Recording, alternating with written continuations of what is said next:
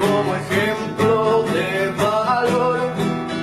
Los maestros de Bolivia, como ejemplo de valor. Todos juntos lucharemos la canasta familiar.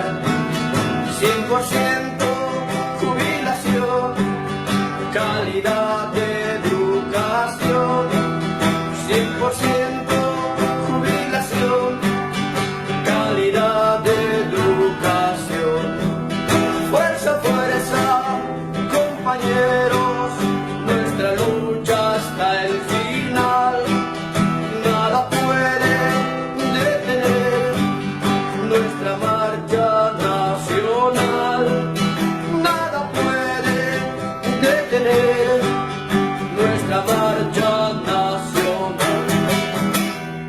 Muy buenas noches a todos y bienvenidos a esta nueva edición de su programa Radio Rebelión, este 21 de abril del 2024. Buenas noches, Miguel. Buenas noches, Buenas noches, Jorge. todos. Y bueno, el día de hoy estaremos tocando los temas más importantes de la coyuntura nacional e internacional desde la perspectiva de los trabajadores. A nivel internacional estaremos hablando sobre la situación de Palestina, algo muy importante y constante y permanente en nuestro programa en el marco del genocidio que se está viviendo. Y bueno, estaremos hablando un poquito de la situación y el conflicto con Irán alrededor de esto. Y bueno, el apoyo de Estados Unidos incondicional a Israel, además de algunas novedades más como un esfuerzo solidario internacional que está queriendo romper el cerco en el cual está la Franja de Gaza, ¿no? Y bueno, estamos actualizando entonces la información sobre Palestina. Después, en el tema también internacional, pero ya un poco ligándonos a Bolivia, está la situación de Argentina y, bueno, las amenazas, toda esta situación que plantean referente justamente al problema de Israel e Irán, ¿no? Donde el gobierno de Milei de Argentina eh, acusa a Bolivia de ser prácticamente Irán, ¿no? Y que hay una amenaza argentina desde Bolivia, ¿no? Algo absurdo, pero que en realidad significa también una amenaza hacia Bolivia por parte del gobierno ultraderechista de Milei, ¿no? Y en el marco nacional estaremos hablando un poco más sobre la crisis política.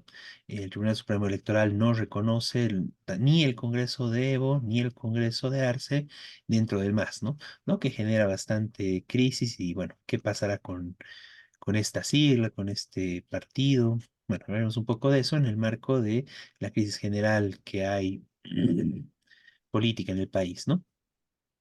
Después, bueno, se realizó un congreso del Magisterio Urbano de La Paz. El compañero Jorge de la Rocha participó de forma muy importante en este congreso y nos estará informando sobre las resoluciones en el marco de la movilización que está desarrollando el magisterio junto con otros sectores en defensa, bueno, de los derechos básicos de los trabajadores, como es el hecho de que no te obliguen a jubilarte, entre otras reivindicaciones. Un congreso muy importante este del Magisterio Urbano. Y finalmente comentaremos un poco las elecciones al rectorado de la UNSA, que bueno, se realizó la primera vuelta la semana pasada y se realizará la segunda vuelta esta semana en el marco de bueno, unos resultados que nos abren para discutir el tema del régimen electoral de la universidad, la importancia y la necesidad de luchar por el voto universal, entre otros aspectos interesantes para tomar en cuenta. Como verán, un programa bastante completo con temas muy importantes y bueno, de esta forma comenzamos Radio Rebelión. Bueno, nos vamos con el informe de la situación internacional en torno a Palestina. Miguel. Bueno, desde la semana pasada está metido, además de que siguen los ataques a Gaza, bombardeos, también a Cisjordania en los últimos días, donde mataron 12 personas, tropas sionistas, y ayer hubo una huelga general en Cisjordania. Bueno, junto con esto hubo un intercambio de bombas, digamos así, de Israel con Irán. Israel, más de una vez, durante estos 6 meses y medio, casi 7 meses que lleva la guerra de la invasión a Gaza, genocidio en Gaza, ha atacado, por ejemplo, el sur del Líbano, tirado bombas, Siria, pero además lo ha hecho desde hace años. Ha atacado distintos países árabes y países de la región. Bueno, en este caso, Israel atacó, esto ya lo mencionamos la semana pasada, un consulado de Irán en Siria, matando a 12 personas de Irán, en una acción totalmente, por supuesto, ilegal, y además en Damasco, en la capital de Siria. Pero esto no es todo.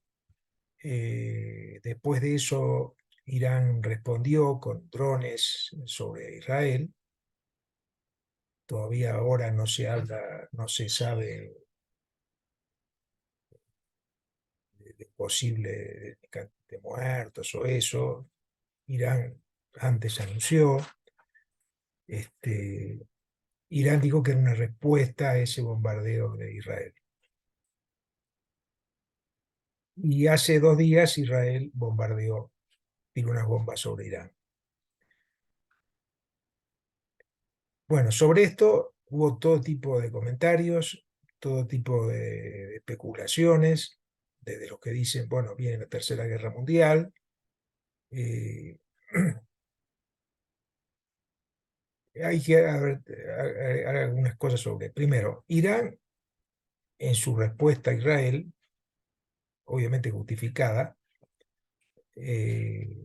por el ataque a su consulado, no menciona lo de Gaza, lo cual es un contrasentido, porque el ataque más terrible de Israel, que ya mató 40.000 personas, es en Gaza.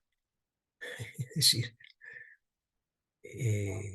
supuestamente Irán alguna vez dijo, bueno, que era solidario con los palestinos, pero en este caso no planteó nada. Y además, Estados Unidos en esta semana trató de utilizar este ataque para modificar volver a plantear el discurso de que Israel era un país atacado y que tenía que defenderse y que entonces tiene que darle más ayuda. Votaron una nueva cantidad de millones de ayuda, de dólares, que eso significa, por supuesto, bombas, drones, aviones, de todo, que son los que usa Israel fundamentalmente, los de Estados Unidos. 60% del armamento que llega a Israel es de Estados Unidos. Y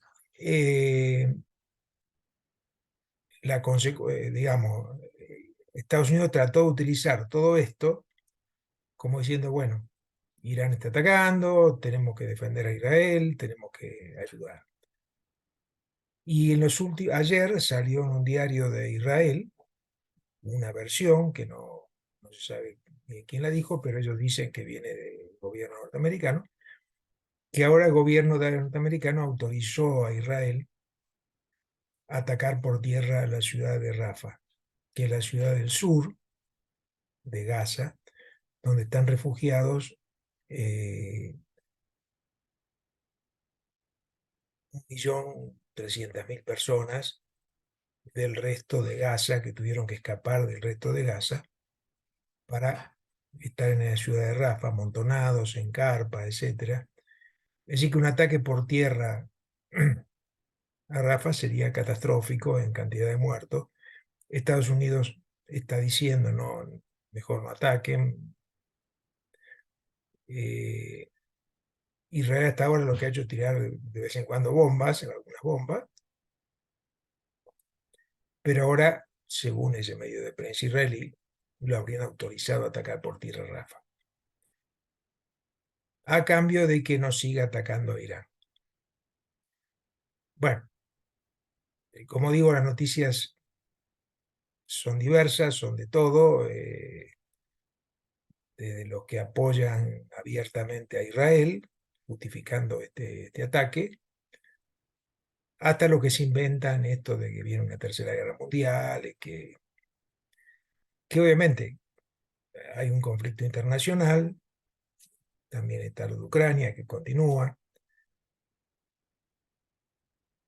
pero no hay indicios ni siquiera de un apoyo real, efectivo de tipo militar, ni de Irán, menos aún de Rusia o de China, al pueblo de Gaza. Y insisto, han pasado ya 7 meses de ataque de Israel, de genocidio de Israel. Entonces, bueno, esto es lo novedoso, digamos, de esta guerra, que este intercambio de bombas entre Irán y Israel, que no son países fronterizos, es decir, que tuvieron que utilizar drones y aviones, estos aviones no tripulados, que son los drones, y misiles para atacarse mutuamente. Como digo, sin grandes noticias de destrucciones y algo así. Fueron más gestos tipo simbólico que otra cosa, pero como digo, Israel mantiene esa posición de atacar a los países vecinos. ¿Por qué? Porque Israel siempre, y sobre todo ahora, en este caso, el Netanyahu, el actual presidente, genocida, trata de reafirmarse como un instrumento fundamental del imperialismo en Medio Oriente para dominar Medio Oriente.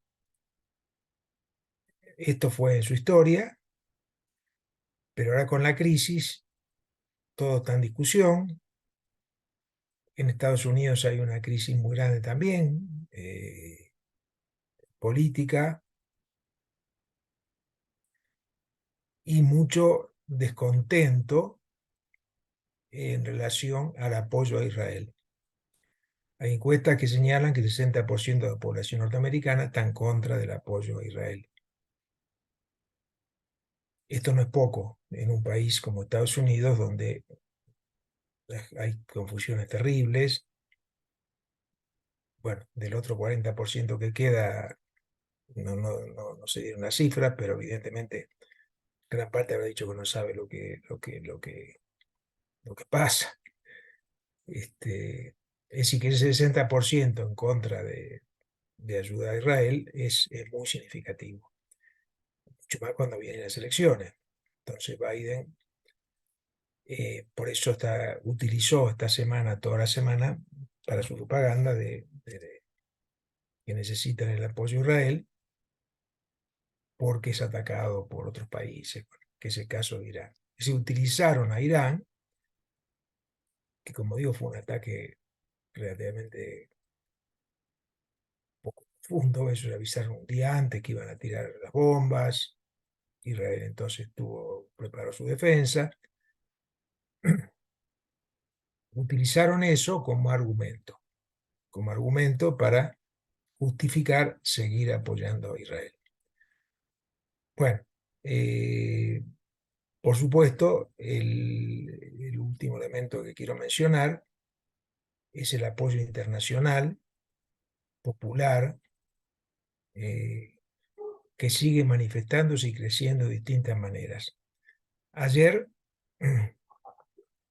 mejor dicho, hoy, la información indica que está saliendo una flota, 3 o 4 barcos, cargada con toneladas de alimentos para entregarle al pueblo palestino de Gaza, con 800 personas voluntarias de 30 países distintos. Esto es muy significativo porque las personas que van en general conocen la historia, porque se ha difundido en todas las redes, de anteriores intentos que se han hecho de esto, que fueron atacados por Israel. Incluso matando gente, ¿sí? Quitándole obviamente lo que llevan de ayuda. En este caso, bueno, ellos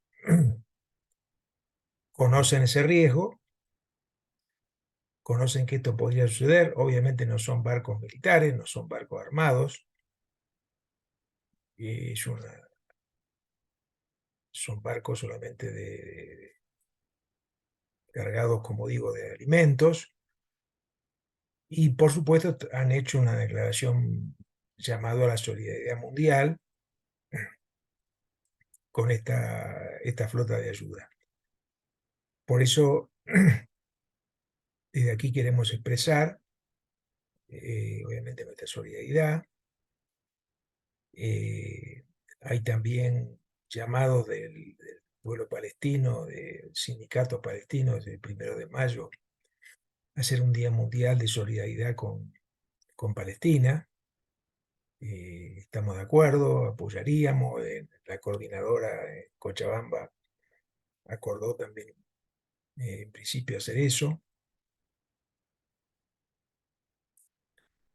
Y la coordinadora de apoyo al pueblo palestino en Cochabamba. Y bueno, en el caso de Bolivia seguimos haciendo vigilias en Cochabamba, pero además, desde la Unidad Internacional de Trabajadoras y Trabajadores Cuadra Internacional, estamos impulsando acciones de solidaridad en todas las partes donde estamos. También hubo una marcha en Argentina hace pocos días, repudiando a Milei, que ahora vamos a entrar en el tema de Argentina, Milei e Israel, por, por ese apoyo a Israel. Y en solidaridad, obviamente, con Gaza. Bueno, esto sería sobre las novedades de la guerra de genocida de Israel en Gaza, la ¿Mm? invasión, el genocidio. Y bueno, es un tema muy importante, ¿no? Bueno, continúan las movilizaciones a nivel internacional. Eso me parece que también es muy importante mencionarlo. Está este tema de estas flotas, bueno, varios barcos que van a ir a Gaza, que van a romper el cerco. Fueron ya amenazados por Israel, ¿no? Y pese a lo cual están totalmente dispuestos a ir, ¿no? Y hay personas de distintos países, distintas profesiones, distintas ocupaciones. Bueno, es un esfuerzo muy importante, ¿no? Por el otro lado, bueno, además, como se mostraba en las imágenes, las movilizaciones en Europa siguen.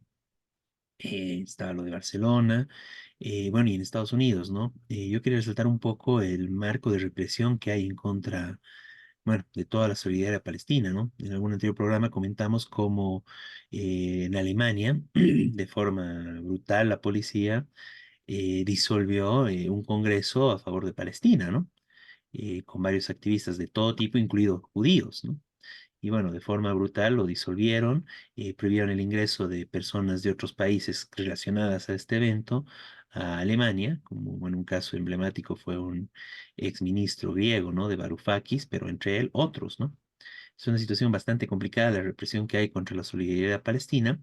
Y en Estados Unidos algo parecido, ¿no? Hay una movilización muy importante de la juventud en Nueva York, en la Universidad de Columbia, donde han empezado a acampar en las afueras de la universidad. Y es un campamento fuerte, ¿no? Bueno, con cientos de personas, tal vez miles de personas en realidad, donde igual hubo una represión terrible, más de 100 personas arrestadas en una protesta lógicamente pacífica, que estaban ahí acampando prácticamente, ¿no? En el espacio, haciendo distintas actividades culturales y de todo tipo en apoyo a Palestina en contra del genocidio que está provocando Israel. Y una represión, bueno, realmente terrible de la policía, ¿no? De Nueva York. Y además de esto, desde la universidad anuncian que van a expulsar de la universidad a varias de las personas que están participando en estas protestas, ¿no?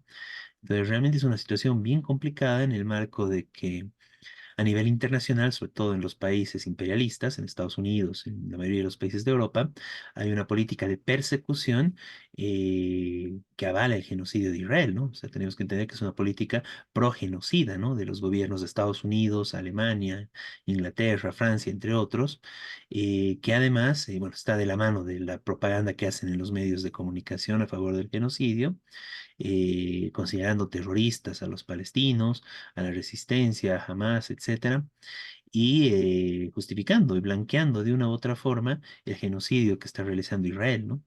Esto es terrible y bueno, cómo se genera y se generaliza a nivel internacional, sobre todo en estos países, la persecución y bueno, las medidas terribles en contra de los que se solidarizan con Palestina, pese a lo cual siguen las movilizaciones, sigue el campamento en Colombia, en Nueva York, y siguen marchas multitudinarias a favor de Palestina, la solidaridad sigue creciendo y realmente muestra, bueno, cómo esta situación divide el mundo en dos, ¿no? En quienes están a favor del imperialismo, del genocidio, y quienes están luchando en contra de esto, que, bueno, de una u otra forma están peleando por los derechos de los pueblos del mundo en contra de este imperialismo, ¿no?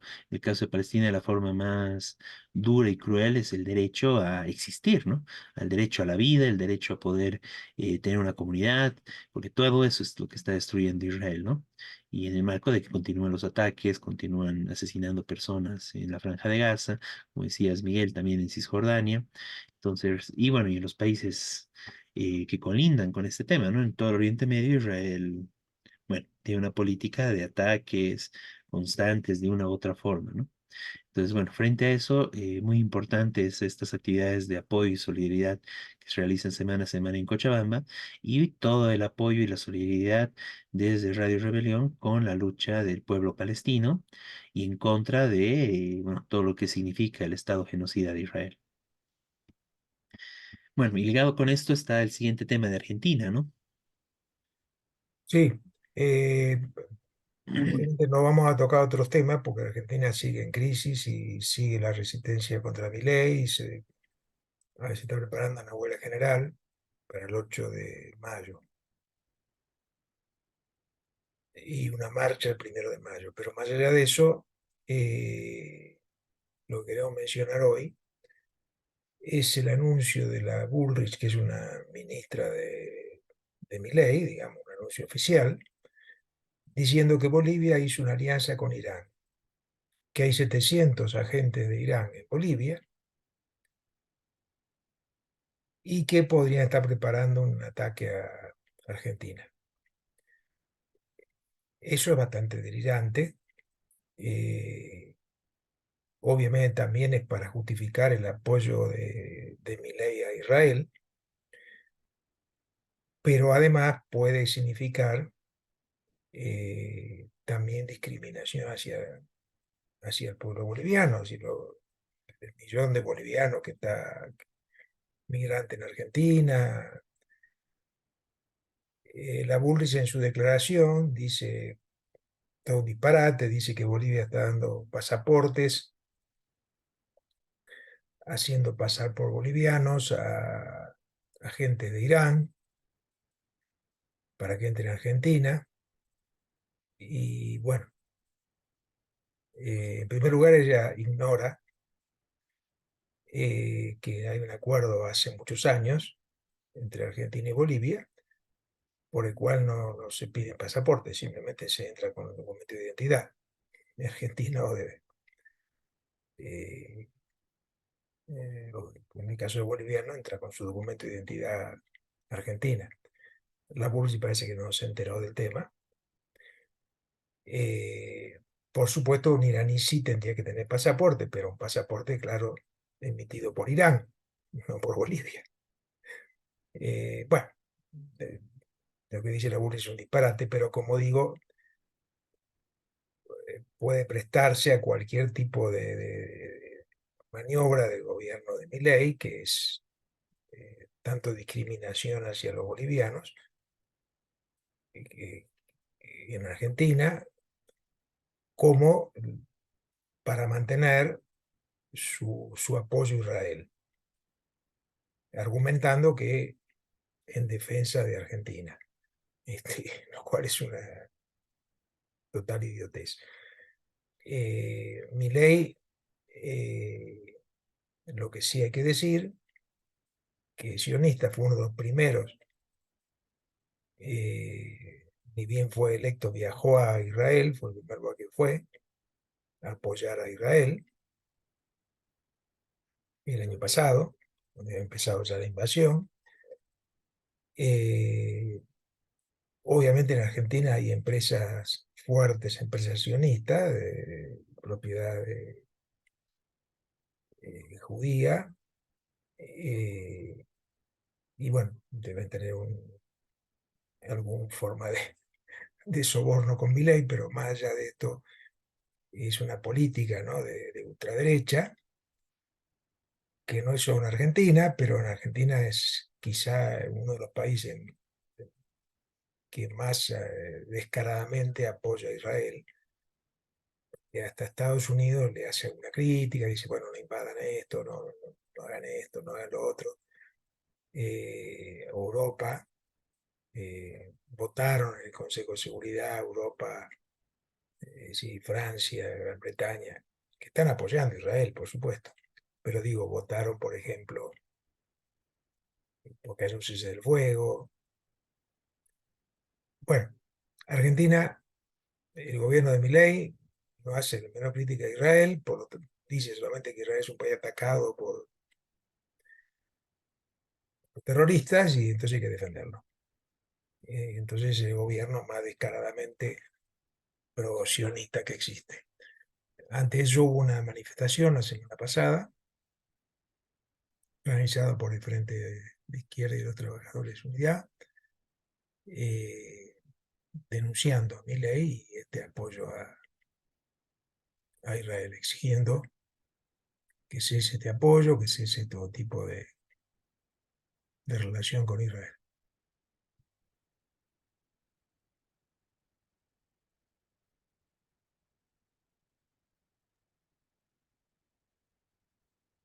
Bien, ¿no? Y realmente una locura, digamos, esto por parte del gobierno de Argentina. Y claro, es cualquier.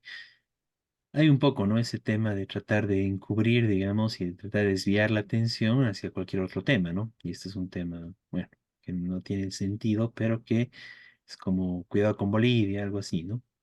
Claro, Para encubrir un poco todo lo desastre que está causando la ultraderecha en la vida cotidiana, en la población, en los trabajadores.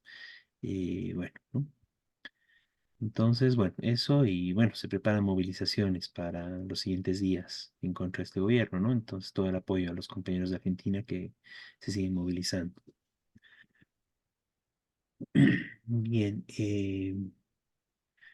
pasamos al tema nacional.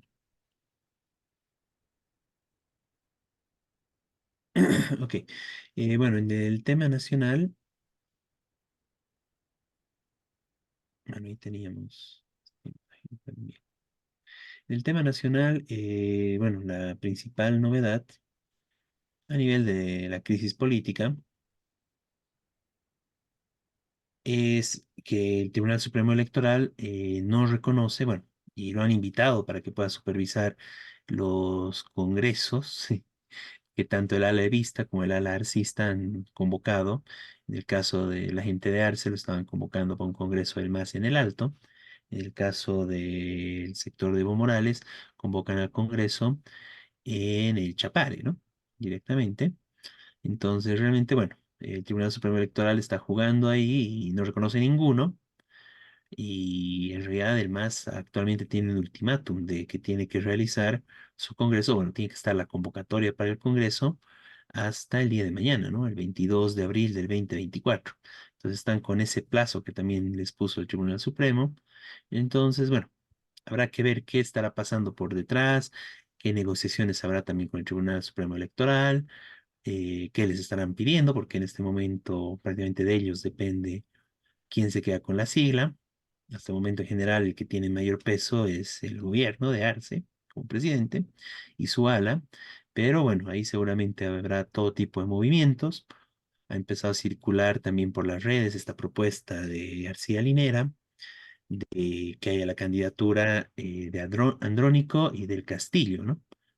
Para zanjar las disputas y las fracciones que hay y que sea una candidatura unitaria, ¿no? Pero bueno, no tiene mayor peso esta posibilidad, esta candidatura, este planteamiento en el marco de, bueno, no tiene mayor diferencia en realidad de lo que vienen planteando ambos bandos, ¿no? Y bueno, y otras diferencias que también debe haber seguramente internamente. Por otro lado, también surgieron estos días distintas proclamas de distintos candidatos que podemos catalogarlos como parte de la oposición derechista que si bien se diferencian del MAS a nivel del discurso como partido en general, no se diferencian de la política central del MAS, ¿no?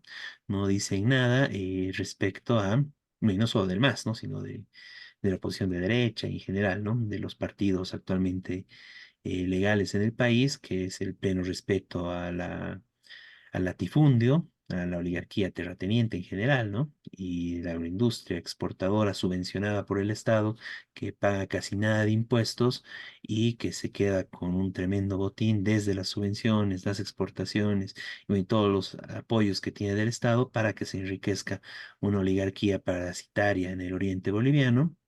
De la misma forma, todo el respeto a las transnacionales, que es uno de los grandes problemas del país y el saqueo que las transnacionales han significado, bueno, siguen en el país y, bueno, tanto las alas masistas como la oposición derechista la defienden y defienden esta presencia en el país, no dicen nada al respecto y en lo que se refiere al litio es justamente eso, ¿no?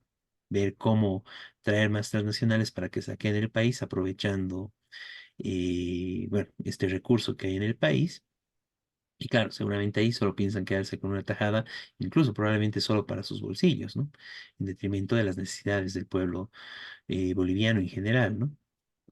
Bueno, en ese marco justamente que continúa esta situación de crisis, en ese marco, además, donde hay una restrictiva y antidemocrática ley de partidos, de la cual tampoco dicen nada, prácticamente en eso sí estamos solos desde el Partido de Trabajadores denunciando este tema, que hay una antidemocrática ley de partidos que impide la legalización de cualquier alternativa que no esté avalada por el Tribunal Supremo Electoral, por el gobierno de turno, etcétera, porque es una ley totalmente mañosa que exige, bueno, una serie de requisitos, pero además de que en la misma forma en que plantean los requisitos, por ejemplo, el tema de que no tengan ninguno de los que apoyan para la elección de un partido, hayan apoyado a la elección de otro partido y no estén inscritos en el Tribunal Supremo Electoral como apoyando a otro partido, y que esto además, si en el caso de que fuera así, tienen que hacer todo un trámite para renunciar a ese apoyo que hicieron para algún otro partido, ¿no? Es algo bastante complicado, bastante difícil, más aún en el marco de un país como el nuestro, donde la elección en general que se hicieron de otros partidos, bueno, en muchos momentos, fue, bueno, lo que hacían, ¿no? Los partidos tradicionales de la época neoliberal te cambiaban la firma por un cuaderno, un bolígrafo, un helado, alguna cosita, un gorro, una polerita. Y con eso mucha gente firmaba, ¿no? Sin saber incluso que aquí estaban inscribiendo, qué cosas estaban haciendo, ¿no? Más aún en el marco de que algunos partidos lo hicieron directamente con otros eventos, con otro tipo de situaciones y simplemente usaron esas firmas para la inscripción de un partido, ¿no? Desde temas de iglesias, temas académicos, etcétera, y mucha gente no sabe que está inscrita, ¿no? Entonces, en ese marco realmente es algo muy restrictivo y que solamente el Tribunal Supremo Electoral es el que puede viabilizar o no puede viabilizar la inscripción de un nuevo partido. Y como tal, lo que se vio últimamente es ya sea proyectos millonarios con respaldo de instituciones después de haber ganado espacios institucionales importantes, el caso del Partido Demócrata en Santa Cruz, por ejemplo, que logró solo una legalización nacional a partir de tener la gobernación de Santa Cruz y el respaldo, ¿no? Del comité cívico, la oligarquía, etcétera. Por el otro lado, bueno, las últimas siglas que aparecieron, como es la del PANBOL o del tercer sistema de PATSI, que básicamente se lograron legalizar al amparo de, bueno, de la autorización de la cúpula del MAS, ¿no? Que de otra forma dio visto bueno para que se legalicen estos partidos, igual de forma cuestionable y un poco irregular en algunos casos, ¿no? Pero si no hay esto, si no hay una cuestión millonaria, una inversión millonaria que se pueda realizar, incluso así es difícil, y no hay el aval del gobierno, no hay nuevos partidos y no hay posibilidades de legalizarse. Y esa es la situación tan antidemocrática en la cual se está viviendo actualmente y sobre la cual no hay ninguna discusión al respecto por parte ni de la gente del MAS. Y eso sería interesante porque si uno de los dos sectores se queda sin sigla, justamente por este tipo de problemas, ya sea si es Evo o Arce que se quedan sin sigla, no van a poder sacar una nueva sigla, ¿no? Por toda esta situación antidemocrática. Y de la misma forma, la derecha, que incluso no tiene sigla, están viendo con cuál sigla alquilarse, básicamente. Recordemos, ¿no? Que la segunda fuerza votada de Carlos Mesa no tiene sigla, ¿no? Comunidad Ciudadana no tiene sigla, es una sigla prestada, que fue la del FRI. Y de la misma forma, Camacho, ¿no? Que fue la tercera fuerza en la última elección nacional, tampoco tenía sigla, ¿no? Creemos, también usó una sigla prestada, ¿no? O alquilada, ¿no? Entonces, bueno, eso muestra el grado tan antidemocrático que hay, esta semidemocracia que se podría considerar de Bolivia, y en el marco de tremendas crisis, y justamente en ese marco de tanta irregularidad, donde al final el juez es el que determina quién se puede y no se puede presentar, bueno, se presenta esta disputa dentro del MAS, que el juez del Tribunal Supremo Electoral está viendo cómo solucionar, cómo sacar seguramente algún beneficio de toda esta pugna y a quién favorecerá finalmente, ¿no?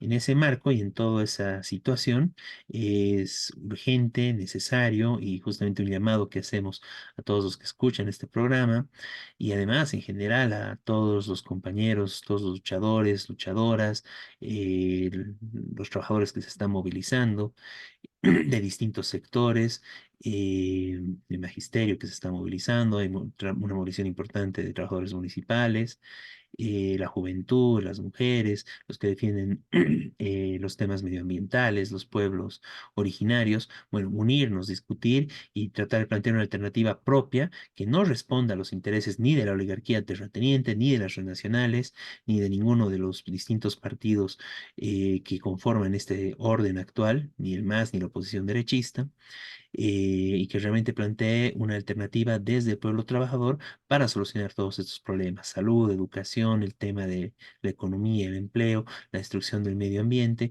expulsando a las transnacionales, realizando una revolución agraria que le quite esas tierras que no ayudan en nada al país, a la oligarquía terrateniente, y que más bien las ponga al servicio de la alimentación, una alimentación sustentable, de calidad, sin agrotóxicos para el país, en manos de los trabajadores campesinos y no así de oligarcas parasitarios que no aportan en nada al país y que se enriquecen a costa del Estado, ¿no?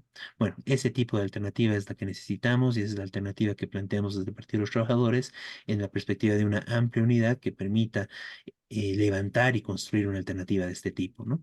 Frente a todas las variantes del MAS y a todas las variantes de la oposición derechista. Les invitamos, compañeros, a discutir, a debatir, a organizarnos en la perspectiva de esta alternativa, y es en ese marco en el que el Partido de los Trabajadores está preparando su tercer congreso para justamente discutir esto y reorganizarnos de cara a las tareas y las necesidades que tiene la actual coyuntura política del país y también a nivel internacional, y fortalecer el Partido de los Trabajadores y desde ya el Partido de los Trabajadores ponerse como bueno, en disposición de organizar una alternativa del pueblo trabajador para que se combata en todos los campos, ¿no? Tanto en los espacios legales, electorales, como en los espacios de lucha, en las calles, en los sindicatos. Bueno, una tarea muy importante que tenemos enfrente. No sé si quieren comentar algo más sobre este punto, compañeros. De lo contrario, pasaríamos al siguiente punto. Eh, Bueno, el siguiente punto es el congreso que realizó el Magisterio Urbano de La Paz. Y lo tenemos al compañero Jorge.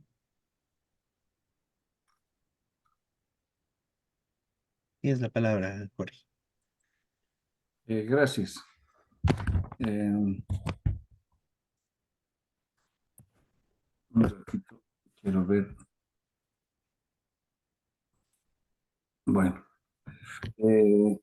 en primer lugar, saludar a los radioescuchas de este programa de Radio Rebelión, que empieza a tomar cuerpo, ¿no? Entre mucha gente y que comentan también al respecto.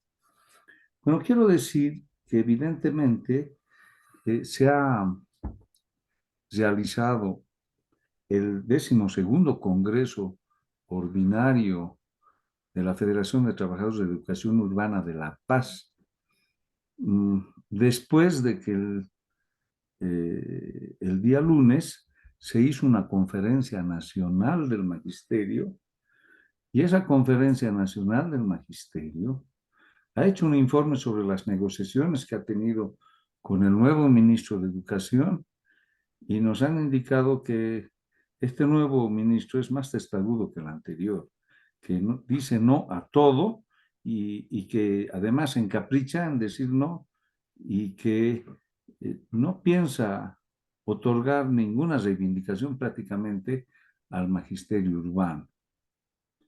Esa actitud han indicado de que solamente se trataría así al magisterio urbano porque él es maestro rural y sí con la Confederación de Maestros Rurales entra a acuerdos. Uno de esos acuerdos es de no aumentar, por ejemplo, no nivelar el salario de trabajadores de educación urbana que trabaja en provincias.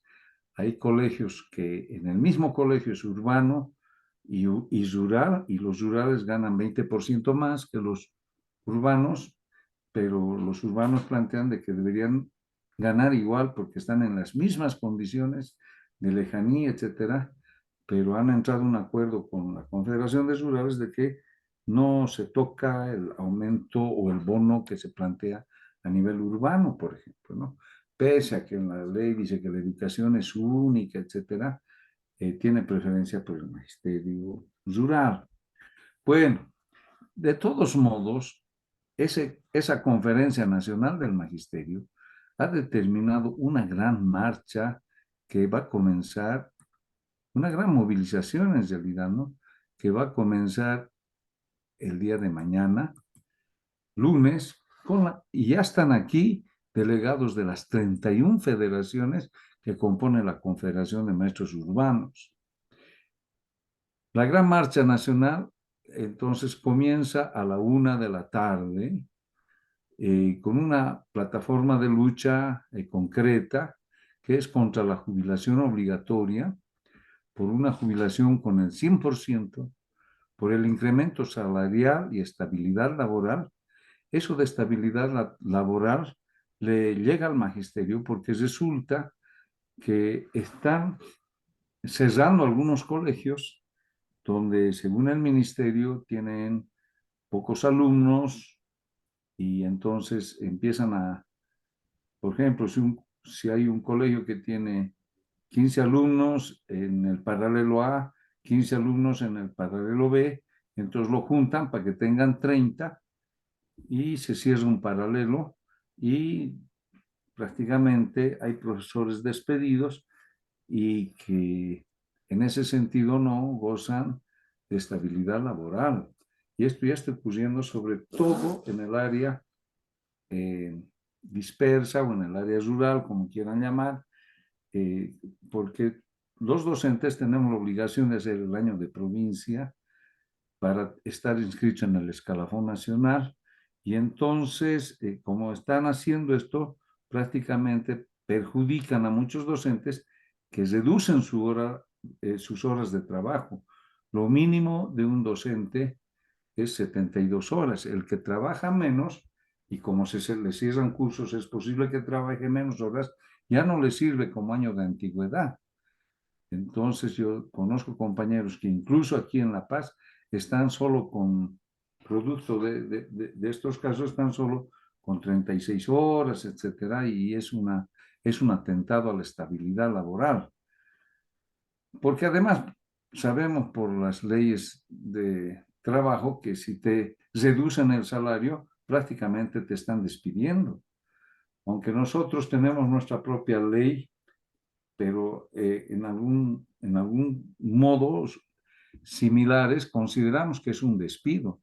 Pero los trabajadores de educación, aunque sea, trabajan menos horas con tal de seguir en el trabajo, porque eso garantiza la seguridad social, estar asegurado en la caja, ¿no? Pero ya no le sirve de años de servicio. Bueno, entonces, esta lucha es también contra esto y está ligada también al reordenamiento, porque el reordenamiento de las unidades educativas significa ese despido. Pero pedimos estabilidad laboral no solamente para el magisterio, es un problema en Fabriles, es un problema en otros sectores, y esto de la jubilación también es un problema de otros sectores, y creemos que estos puntos han de ligar la lucha de otros sectores con la lucha del magisterio. Pero también es contra la fusión de la Caja Nacional de Salud con el SUS, ¿no? Con el Seguro Universal de Salud. Nosotros hemos planteado, por ejemplo, que el SUS sea pagado por el gobierno y no con los aportes de los que estamos en la caja, ¿no?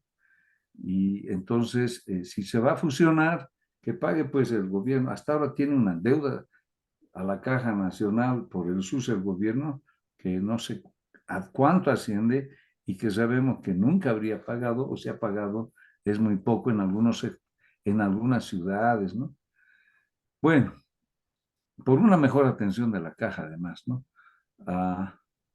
Hay muy mala atención actualmente en la caja, se hacen muchas filas para conseguir una ficha, pero además lo único que dan es ibuprofeno, paracetamol y algún otro medicamento, pero ya no hay los medicamentos para curar, estos son paliativos, ¿no?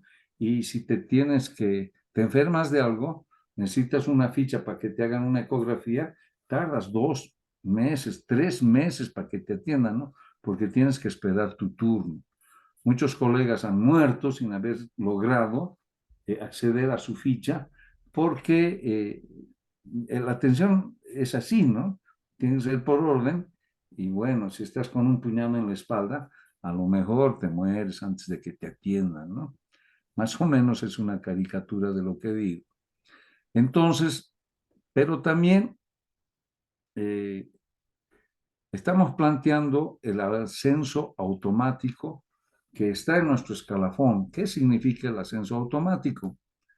Y es de todos los trabajadores. Cada 5 años los trabajadores que tienen ítem, por su derecho a la antigüedad, suben de categoría y ganan un poco más. En el magisterio es lo mismo. Pero si quieres adelantar esos 5 años, puedes dar un examen a los 4 años. Entonces, en vez de esperar al 5.º año, ya te asignan de categoría si vences ese examen a los 4 años. Pero resulta que el gobierno se ha acostumbrado, los gobiernos de turno, se han ido acostumbrando a que siempre demos examen a los 4 años. Y si te aplazas, no asciendes de categoría. Pero al 5.º año ya deberías ascender automáticamente. Pero no asciendes, tienes que dar examen, tienes que dar examen. Y bueno, ha habido una gran masacre en los exámenes, digamos así, porque cerca del 90% han sido reprobados por este gobierno, pero no es que reprobemos por reprobar. Lo que pasa es que el gobierno, si nos asciende de categoría, tiene que aumentar el salario y entonces no le conviene. Y cuanto más aplazados estén, mejor. Entonces prácticamente hace preguntas capciosas, ¿no? Se han denunciado, y ni siquiera de tu especialidad, se inventan preguntas de otro tipo, ¿no? Por ejemplo, códigos de leyes o filosofía del gobierno y cosas así, ¿no? Su ideología. Entonces, estamos exigiendo primero que se cumpla el escalafón nacional, que es lo que nos protege, y en ese sentido, un ascenso automático cada 5 años. También estamos planteando la abrogación de la resolución ministerial 350 y 351, ¿no? Y por la reposición del bono de zona y frontera a los docentes que están en las fronteras del país y que teníamos bono, ¿no? Si tú trabajabas como profesor en una frontera, ganabas un bono, pero también ganabas un bono de zona, cuando son muy alejadas las zonas, no fronterizas, pero muy alejadas, igual ganabas un bono de zona. Y los que están en la frontera ganaban zona de frontera. Resulta que si se jubila un profesor que está ganando estos bonos, en los nuevos ítems que se da para los nuevos docentes, ya no les pagan ni el bono de zona ni el bono de frontera. Entonces estamos luchando porque se restituyan estos bonos para los nuevos docentes. Aunque como les digo, a los antiguos docentes no se les quita, ¿no? Sigue con eso, pero ya prácticamente están queriendo anular estos bonos que han sido conquistados en sacrificadas luchas, ¿no? Ahora, en el escalafón, nosotros tenemos no solo hasta la categoría primera, tenemos categoría primera, pero también tenemos categoría cero y categoría al mérito, con lo cual ya se obtiene un 150% del haber base. Sin embargo, esto no es para todos los trabajadores de la educación. Nuestros compañeros administrativos y de servicios solamente pueden ascender hasta la primera categoría y les discriminan y no hay categoría cero y categoría al mérito para el sector administrativo. Entonces, también estamos exigiendo esto, ¿no? Y bueno, como les digo, 72 horas se trabaja, pero es el tope mínimo que debería trabajar un maestro para que se les reconozca sus años de antigüedad, etc. Ahora, hay muchos colegas que trabajan como horas acúmulo, otras horas más. Y el gobierno hace trabajar horas acúmulo, por ejemplo, en vez de estar 78, trabajan 96, trabajan 100, hasta 120, digamos. Y al gobierno le conviene eso porque lo toma como horas acumuló, en vez de contratar un nuevo docente que le representaría otro salario, no un sueldo de acúmulo, sino otro salario. Y entonces prefiere el gobierno hacer trabajar horas acúmulo. Nos ha acostumbrado entonces a los docentes a trabajar más de lo que se debiera trabajar y tener horas acúmulo. Y en ese sentido se está planteando 100 horas de horas de acúmulo para nivel inicial, porque en los hechos trabaja 100 horas, ¿no? Bueno, la hora no es horas reloj, sino hora pedagógica, ¿no? Que se trabaja en las escuelas y colegios. Pero entonces está planteando porque en algunos establecimientos se les paga 100 horas a las colegas de inicial, que es lo que antes se llamaba el kinder, ¿no? Kinder, pre-kinder, ahora se llama educación inicial en familia y en familia comunitaria, pero a algunos les hacen trabajar solo 72 horas, algunas un poco más, entonces hay un desorden, ¿no? Deberían todas ganar 100 horas para cubrir las expectativas que tienen y no hacer estas discriminaciones, ¿no? Y finalmente, el requerimiento de ítems de nueva creación. Es decir, hay más de 10.000 docentes sin trabajo en el país. Antes nosotros egresábamos y automáticamente teníamos trabajo. El trabajo del magisterio estaba asegurado. Ahora no.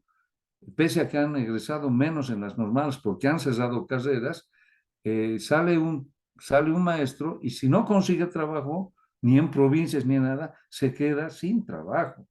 Y hay, como les digo, 10.000 esperando trabajar.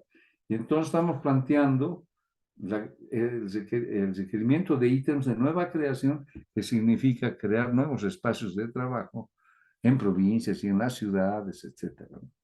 Entonces, por esta razón, es la movilización que se va a dar el día de mañana y que empieza a la 1 de la tarde con el acompañamiento de todas las delegaciones del interior que se reunirán en el multifuncional de la Ceja del Alto y con todos los de La Paz más bajaremos a la Hollada, seguramente hasta el Ministerio de Educación, en una gran marcha, ¿no? Eso por una parte. Por otra parte, lo que decías, Beto, nosotros hemos realizado como Magisterio de La Paz un congreso, el 12º, donde se ha trabajado en comisiones, la comisión política, la comisión económica, la comisión pedagógica, la comisión social y la comisión de aspectos institucionales. Cada uno tenía un arduo trabajo. Tengo el honor de decirles que he sido elegido en el presidium como primer secretario y entonces he estado prácticamente, como les digo, en la testera y apoyando a todas las comisiones en sus informes y bueno, la novedad de este Congreso en comparación de los anteriores, que donde solamente casi siempre era la presentación de un documento que presentaba la Federación Urmista en todas las comisiones, ¿no? El documento en la Comisión Política, esta vez, por ejemplo, han habido 3 documentos, uno presentado por la Federación, otro presentado por la Confederación. Ellos tienen un frente que se llama Magisterio Combativo, que han presentado. Y nosotros, como que somos del Proyecto Ecosocialista y como tal estamos en el Partido de los Trabajadores, hemos organizado un frente que se llama Tierra Libre, y como Tierra Libre también hemos presentado un documento y hemos logrado insertar algunas buenas ideas en el documento que ganó, porque de los 3 se eligió de todos modos el de URMA como base para trabajar. Y hemos presentado algunas posiciones nuestras, por ejemplo, contra la catástrofe ambiental y la extinción, la dictadura del capital y el colapso civilizatorio, y para la construcción de una nueva civilización libre de explotadores, opresores, patriarcas y antropocentristas, contra la extinción de la vida y el planeta, luchemos por el ecosocialismo mundial. Ese es un ejemplo, ¿no? Y bueno, hay algunos compañeros que creen que este problema es un problema de moda, que es postmodernista, etcétera, pero nosotros hemos demostrado en nuestro documento político que no es así, en el que hemos presentado. Hemos iniciado, por ejemplo, indicando lo que dice Federico Engels en 1876 en el papel del trabajo en la transformación del mono en hombre, que dice textualmente: sin embargo, no nos felicitemos demasiado a causa de nuestras victorias humanas sobre la naturaleza. Por cada victoria, la naturaleza se venga de nosotros. Cada victoria, es verdad, produce en primer lugar los resultados que esperábamos, pero en segundo lugar y en tercer lugar tiene efectos bastante diferentes e imprevistos que con demasiada frecuencia cancelan el primero. Como vemos, ya Federico Engels planteaba hace 2 siglos esta situación. Y también hemos planteado, por ejemplo, que el capitalismo está destruyendo la viabilidad de la vida en el planeta y la civilización humana se acerca al precipicio. Entonces, decimos, el capitalismo anárquico y voraz ha logrado romper el equilibrio metabólico entre el planeta y la civilización humana. Nos encontramos hoy en los inicios de un estado de agonía mortal del capitalismo, similar al definido por Trotsky en el programa de transición en vísperas de la Segunda Guerra Mundial, aunque mucho más avanzado, ya que se cierne sobre nosotros no solo la destrucción de la vida en el planeta, sino un colapso civilizatorio. Entonces, así hemos ido demostrando que no es un problema de moda, el problema de la lucha por anti-extincionista del planeta, si quieres, sino que esta ya ha sido una preocupación de Marx, de Engels, Trotsky, etcétera, y los grandes teóricos del marxismo, Lenin, etcétera, ¿no? Y de esa manera hemos frenado esa postura de que es un problema de moda, de que es el posmodernismo.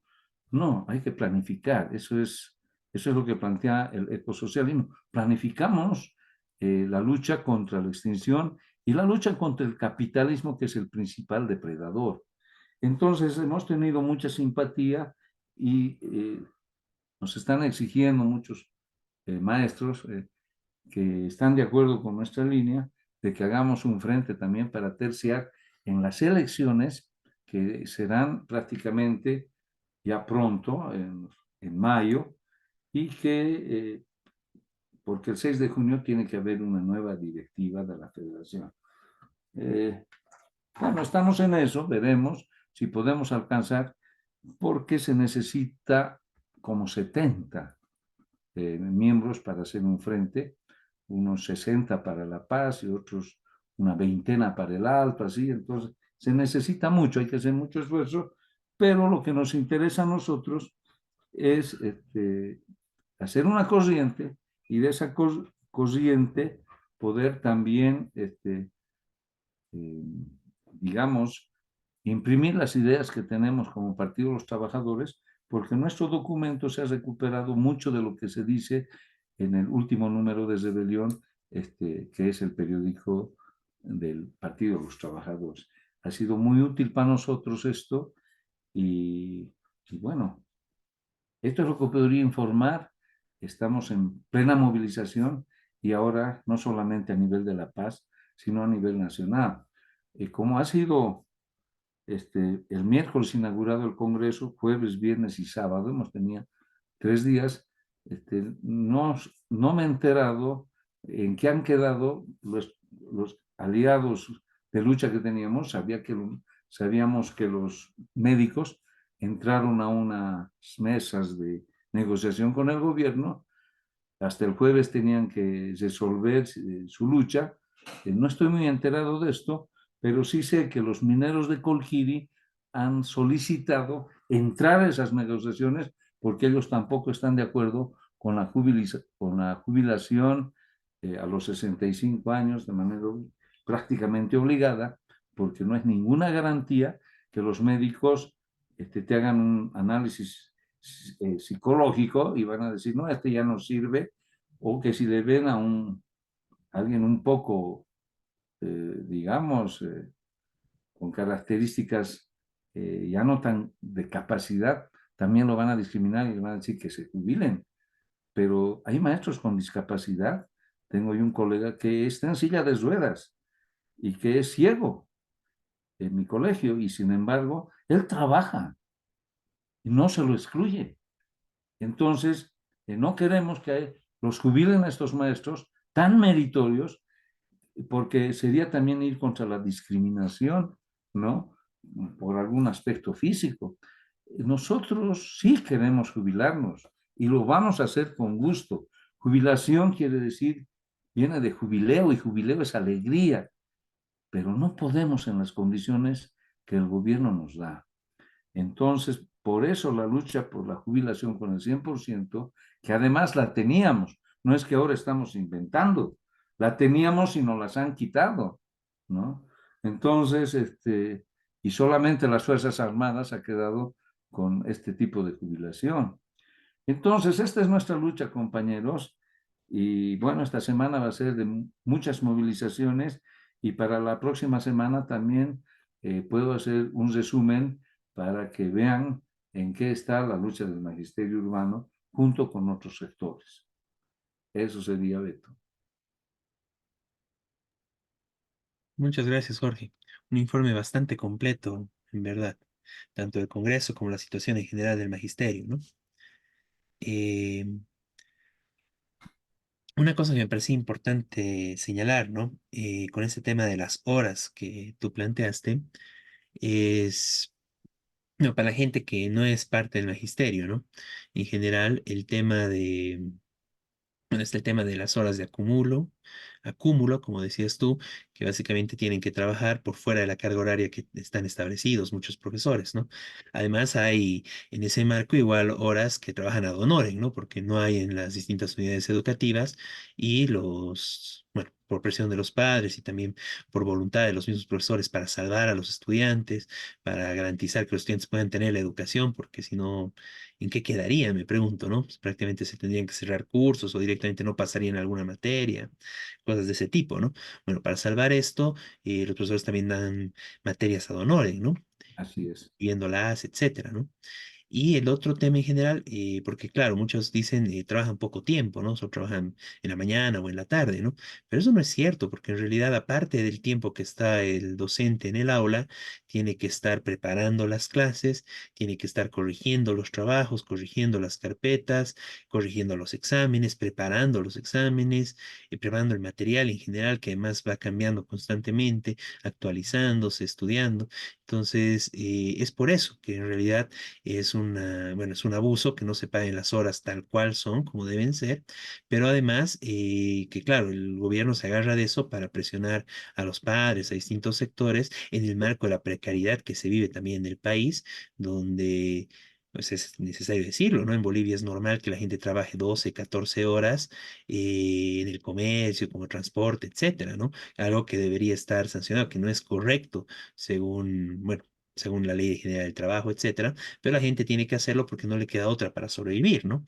Incluso esa es la política que aplica el gobierno y no solo el gobierno central, ¿no? Los gobiernos municipales, las alcaldías, las gobernaciones, de hacer trabajar a sus distintos funcionarios más allá de la hora de las 8 horas reglamentarias, ¿no? Y es normal que se tengan que quedar hasta más tarde en el trabajo, tengan que asistir sábados, domingos o en compromiso con los distintos partidos, ir a concentraciones, ir a manifestaciones, ir a distintos compromisos que las distintas instancias, ¿no? Gobiernos, alcaldía, el gobierno central, las alcaldías, las gobernaciones exigen.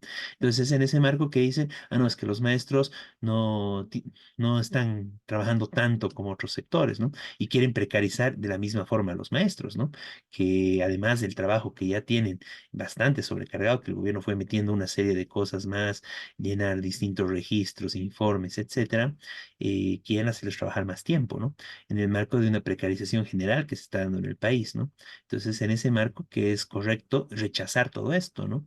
Y bueno, rechazar en el marco de que el gobierno está queriendo precarizar al magisterio y hacer que prácticamente se desviva la gente trabajando ahí por el mismo salario que se pagaba antes y de la misma forma luchar contra todas las formas de precarización que hay en el país, ¿no? Luchar porque se cumplan realmente las 8 horas de trabajo, ¿no? Y recordar que esto no se planteó como alguna vez se le antojó a Evo Morales, que todos tienen que trabajar por lo menos 8 horas, ¿no? No, en realidad la conquista de las 8 horas de trabajo significó que nadie puede trabajar más de 8 horas, ¿no? Si alguien trabaja más de 8 horas, se le tiene que pagar las horas extra, pero incluso en el marco de la discusión que nadie debería trabajar más de esas 8 horas para garantizar que se valore el trabajo y que el trabajo tenga un valor y un salario justo, acorde a las necesidades, porque de lo contrario, lo que se está viviendo en el país, todo el mundo trabaja 12, 14 horas de una u otra forma y se devalúan los salarios, va cayendo cada vez más el costo de la fuerza de trabajo y eso quieren imponerlo en todos los sectores, ¿no? Y los sectores donde se resiste, hay un ataque feroz tanto de los distintos patrones y en general del gobierno, ¿no? Entonces, en ese marco que hay que defender las conquistas del magisterio urbano y es plenamente correcto lo que plantea, bueno, tanto lo de la marcha que se está convocando como las resoluciones del Congreso, etcétera, de, bueno, que se cumplan las horas que se tienen que pagar, que se paguen todas las horas, que se den los bonos adquiridos y que se creen nuevos ítems, ¿no? Para garantizar todas estas acefalías que están dañando tanto, ¿no? Quería aprovechar también este espacio un poquito para comentar que se ha ido dando una lucha de los trabajadores municipales en el Departamento de La Paz. Trataremos de dar un poco más de cobertura quizás la próxima semana, estableciendo contacto con los compañeros. Bueno, se hizo un contacto, pero no se pudo concretar una entrevista ni nada para este programa. Lastimosamente porque están justamente en plena movilización y en situación de negociaciones, etcétera. Pero los compañeros básicamente lo que están exigiendo entre varias medidas es ponerle un alto a esta forma de las consultorías y los contratos temporales, ¿no? Y exigen que todos los trabajadores de la alcaldía tengan estabilidad laboral y que tengan todo lo que está garantizado por la Ley General de Trabajo, entre otros aspectos, ¿no? Entonces es algo muy importante, ¿no? Y es necesario unificar todas las luchas contra la precarización laboral que se está queriendo imponer en todos los sectores y bueno, en este caso los trabajadores municipales en La Paz están peleando contra la alcaldía y esta lucha general del magisterio urbano, en este caso igual en del Departamento de La Paz, exigiéndole que cumpla con todo lo que tiene que cumplir al gobierno central, ¿no? Al Ministerio de Educación. Entonces, bueno, desde esa perspectiva, todo el apoyo y toda la solidaridad a esta lucha del magisterio y bueno, estaremos Gracias, viendo la siguiente semana cómo están, ¿no? gracias, Beto. Quería aprovechar para decir algo más. Evidentemente, como tú dices, hay una deuda histórica que llamamos los docentes a todo ese trabajo ad honorem que ha sido prometido por el gobierno de que sí se va a pagar después. Hay colegas que han trabajado años, por ejemplo, sobre todo físico-química.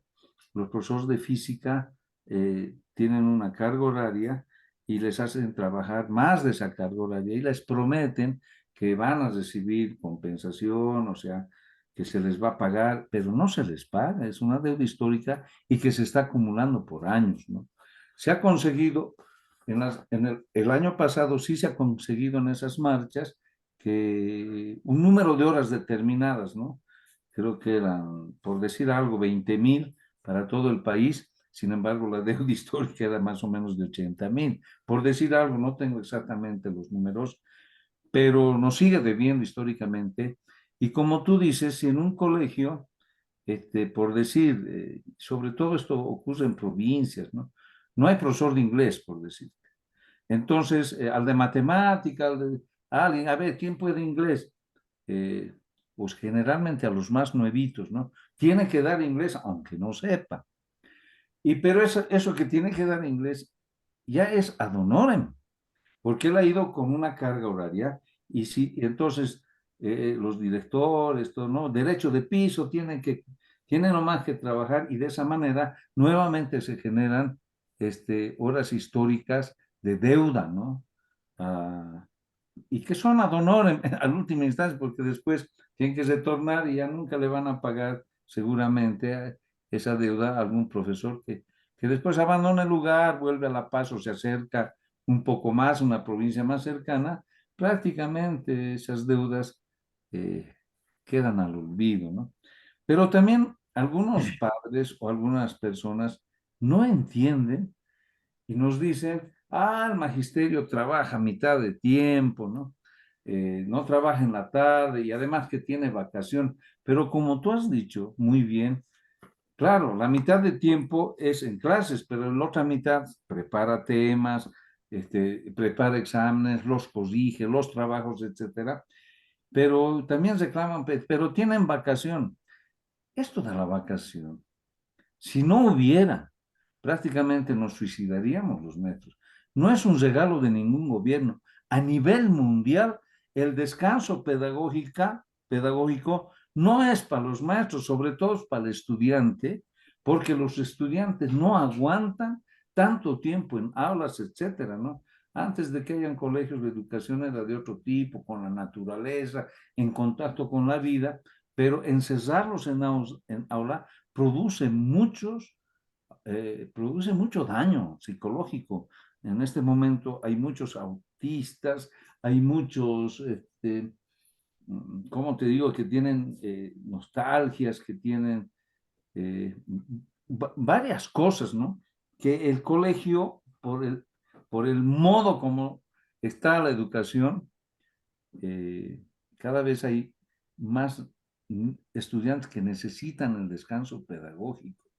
Por eso incluso antes dábamos tareas nosotros para la vacación. Se nos ha prohibido. Pues ¿quiénes lo prohíben? Los estudios científicos que nos dicen el descanso es descanso, no es para que les den tareas, ¿no? Y algunos padres se quejan, ¿no? No, tienen que darles tareas, no les habían dado nada, que son unos flojos, nos acusan. Pero esto es a nivel mundial, ¿no? No digo que es en Bolivia. En todos los países del mundo ocurre esto, el descanso pedagógico. Y además, en todo el mundo y en los países más avanzados, la educación está, digamos, los profesores están bien pagados. Hay países en el que el profesor gana más que un médico, más que un ingeniero, y está tratado a esa altura como profesional. Pero aquí se trata como si fuéramos de segunda categoría de asalariados, y somos los que más aportamos a la COP por el número. Somos casi 200.000, tomando en cuenta urbanos y rurales, somos los que más aportamos a la COP, y la COP está en contra de nuestros planteamientos. La COP dice, den paso pues a los maestros jóvenes, etcétera. Es decir, no tenemos una organización que unifique las luchas, y bueno, esto también lo hemos puesto en nuestro documento. Hemos planteado la congelación de nuestro aporte a la COP mientras no haya un cambio de dirigentes. Estamos exigiendo un nuevo congreso de la COP y he logrado, porque ha sido mi posición, de que esto se ponga como resolución del Congreso para exigir a la Confederación que trate este punto, ¿no? Ya lo hemos exigido varias veces, pero dicen que no podemos, que es antiestatutario. Pero si antiestatutario es que se queden estos Que se quede dirigentes la cosa. de tanto tiempo, ¿no? Entonces, Bueno, eso quería aclarar y bueno, gracias por la solidaridad que tienen con la lucha del magisterio. Una cosita que quería ampliarte antes de lo de Miguel. También pasa eso de las horas ad honorem en la ciudad, ¿no? Justamente porque no hay ítems, se abren nuevos cursos o hay más estudiantes, se desdoblan paralelos, etcétera. Y pasa que están dando ad honorem en colegios de la ciudad ya varios años, ¿no? Varios docentes, ¿no? Y no se soluciona. O que lo otro hay que los padres tienen que pagar, ¿no? Así Para, es, justamente para computación, para algo que no está normalmente, o no está tan contemplado como debería estar, los padres pagan, ¿no? Tienen que hacer cuota y pagar, y se está privatizando con eso la educación, ¿no? así es. Miguel, No, breve. Primero, muy importante lo de la COP, obviamente. Tenemos que plantear como PT el apoyo a la lucha esta y la denuncia a la COP, porque, porque está traicionando todas las luchas, todos los problemas de la clase trabajadora. Y la segunda cuestión, que el argumento que utilizan las patronales y el mismo gobierno, todos los gobiernos, digamos, pero bueno, en particular ahora que hay, es que gran parte de la población trabajadora no tiene regularidad, es informal. Entonces, claro, no tiene vacaciones, no tiene esto, no tiene... Pero eso no justifica que les quiten a los que poco, a los que tienen. Justamente eso es la utilización. Entonces le dicen, ¿qué pasa con padre de alumno? Y dice, bueno, pues ustedes ganan bien, si ustedes no sé qué, si ustedes... Es decir, bueno, es una campaña que están haciendo las mismas patronales de quitar conquista de los trabajadores. Eso se ve en Fabriles, por ejemplo, donde están despidiendo, están incumpliendo las leyes laborales, y cuando los Fabriles protestan, le dicen, no, bueno, pero si ustedes, como diciendo, son privilegiados, pues, digo, porque tienen... Y en gran parte de esto es responsable la COBO, obviamente, por no luchar por el conjunto de los trabajadores, en primer lugar, y por supuesto por los trabajadores que están luchando, porque para eso es la COBO, se supone. Entonces, bueno, me parece muy importante esta lucha, y tenemos que, por supuesto, como PT, tener en cuenta que el problema laboral es del conjunto de los trabajadores. Cada sector, por supuesto, tiene problemas diferentes, no todos, gran parte no puede jubilarse de ninguna manera, está con el... Pero eso no justifica que las jubilaciones sean obligatorias y bajitas, bueno, etcétera, ¿no? También hicimos aprobar a nivel internacional en el documento político el apoyo al pueblo palestino contra el genocidio que está ocurriendo por parte del sionismo israelita, ¿no? Qué Esto bien, hemos eso hay que hecho publicarlo, aprobar también por suerte y es una resolución del Congreso. muy importante.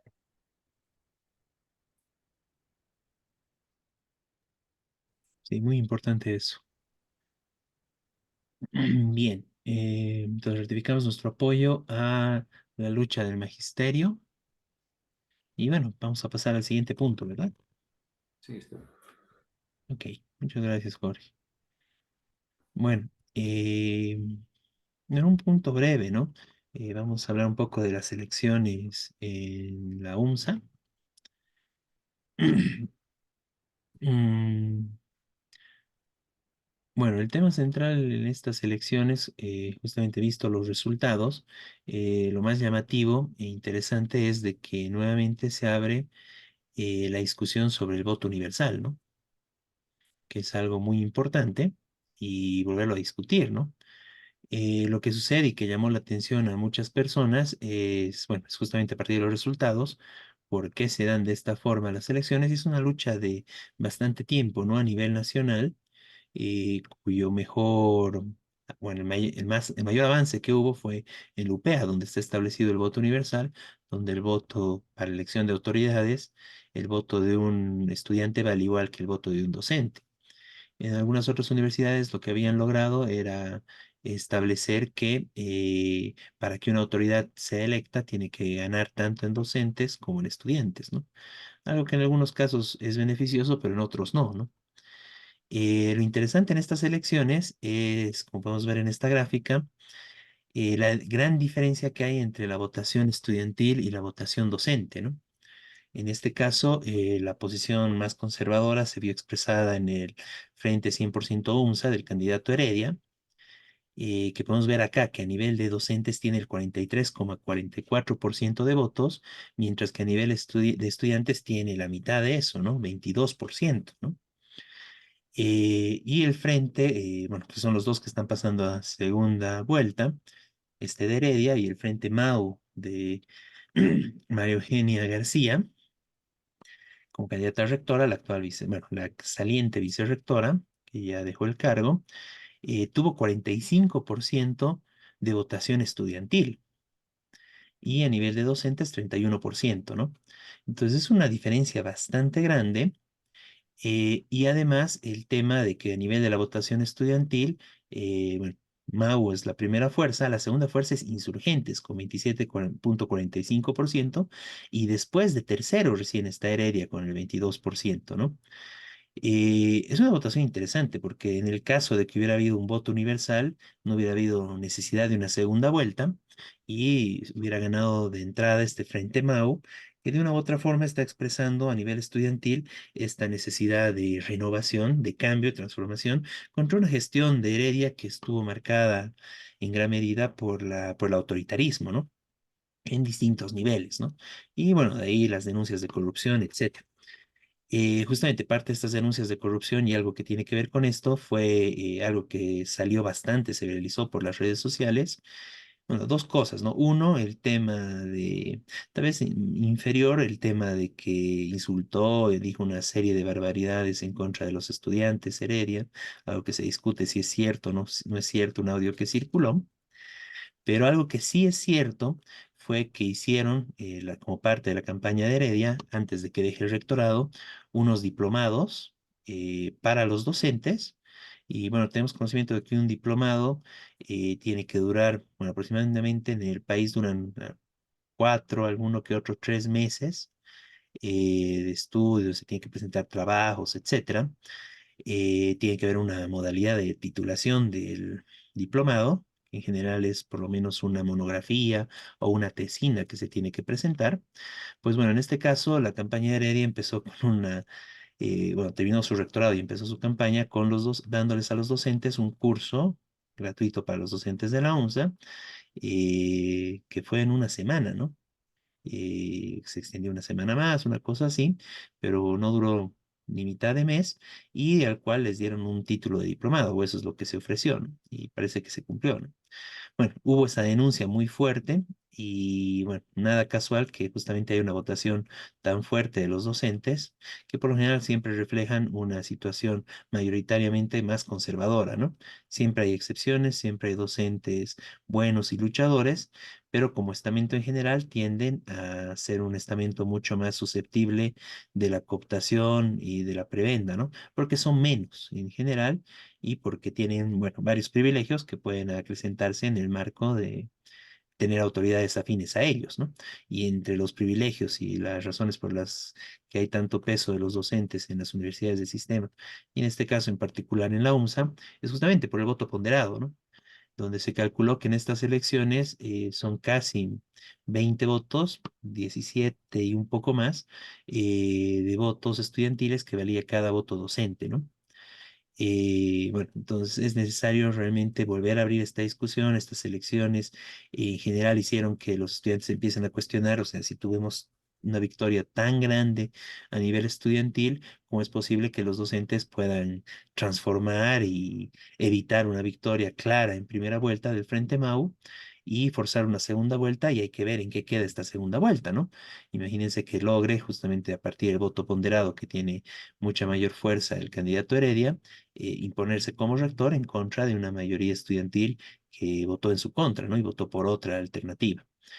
Pues bueno, justamente a partir de esto es necesario retomar esa lucha por el voto universal a nivel de todo el sistema y en particular en la UNSA, y de lo cual también es necesario plantear la necesidad de romper el actual régimen de gobierno de la universidad, que, bueno, en general tiene muchos problemas y muchas deficiencias, y retomar una lucha por una mayor organización de los estudiantes, plantea recuperar la autonomía universitaria, la cual anda totalmente destruida en manos de justamente de frentes y agentes, ya sea del MAS, de la oposición derechista, que están dentro de la universidad y que no velan en lo más mínimo por los intereses de la autonomía universitaria y del pueblo trabajador, ¿no? Entonces es necesario recuperar la autonomía, y para esto la consigna que se llegó a manejar y la nueva forma de gobierno, profundizando las experiencias de lucha a nivel nacional de las universidades, es la de la mayoría estudiantil y con el gobierno tripartito, ¿no? Donde los trabajadores, el pueblo trabajador puede entrar a fiscalizar las universidades y garantizar que esas universidades estén al servicio del pueblo trabajador y no así de un partido de turno o de las empresas transnacionales o la oligarquía, como es lo que sucede, por ejemplo, en la Universidad de Santa Cruz, etcétera. Que la mayoría de la decisión de las universidades sea tomada por los estudiantes, garantizándose el voto universal y además la mayoría de representación, porque son los más interesados en que en la universidad haya una verdadera calidad académica, y que se mantenga una minoría docente, luchando porque sean realmente los docentes más comprometidos, más consecuentes y de mayor calidad académica quienes puedan estar a cargo de esto, ¿no? Esto es necesario en el marco de la terrible crisis en general que atraviesan las universidades del sistema, sobre todo a nivel político, a nivel social, con terribles hechos de corrupción, las denuncias que salen, esa gente que usurpa la dirigencia estudiantil, etcétera, que es necesario, bueno, profundizar y una nueva revolución universitaria para lograr recuperar la autonomía universitaria e imponer el gobierno tripartito con mayoría estudiantil. Planteamos esta discusión en el marco de bueno, los resultados y lo que queda en evidencia a partir de estas elecciones en la UNSA, y la necesidad de que los estudiantes que están viendo y están molestos por estos resultados, donde no se respeta el voto mayoritario de los estudiantes, se organicen y nos podamos organizar, podamos coordinar y se pueda lograr levantar nuevas organizaciones y nuevas banderas de lucha desde el movimiento estudiantil. Bien, con este punto, solo que quieran ampliar algo más, compañeros. De lo contrario, iríamos cerrando el programa. Bien, entonces de esta forma concluimos el programa del día de hoy, de Radio Rebelión, de este 21 de abril del 2024. Muchas gracias a todos los que siguen este su programa. Muy buenas noches Miguel, buenas noches Jorge, Buenas noches, saludos a todos. y ya nos Buenas noches, un encontraremos. saludo. Ya nos encontraremos la siguiente semana con lo más importante de la coyuntura nacional e internacional desde la perspectiva de los trabajadores. Muy buenas noches a todos. Un gran saludo para